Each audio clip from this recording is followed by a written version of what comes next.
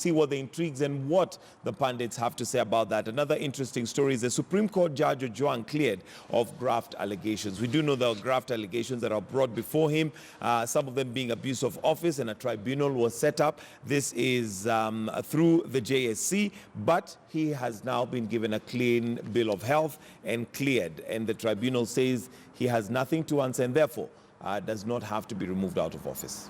I respect the individuals that were in the commission. I respect the tribunal. I know one of my friends, Ambrose Weda, was there.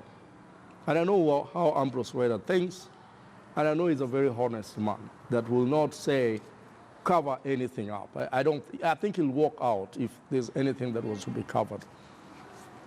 However, in the eyes of the public opinion, Dr. Jackton, Justice Jackton Ojwang, perhaps just need to resign and go home. He served this country very well. But I can imagine that this man that has been dragged to the tribunal, and that the president formed a tribunal and said, investigate that man in itself. As the saying goes, where there's smoke, there's fire.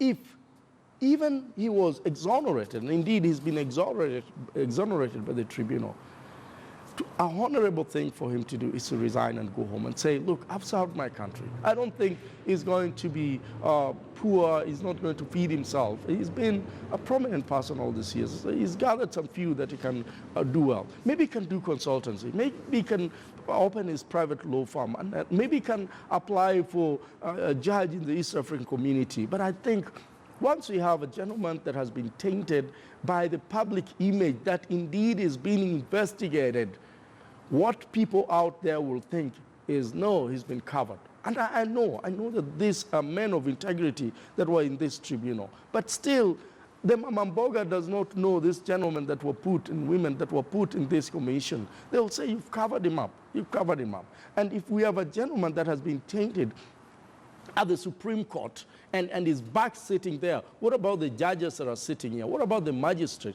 What about the Court of Appeal? We will think that these people are just protecting themselves. And if anything, you know that the tribunal was made up of lawyers and judges for that reason. They were colleagues. These are people who meet in courts every single day. And so in my view, for the sake of the integrity and the office of the Chief Justice or of the Supreme Court, perhaps it would be nice just to say, enough is enough, I've served you well, I can still get my retirement, because if he was found guilty, he will not have gotten his benefit. I can still get my retirement if I resign now, and I can go home peacefully.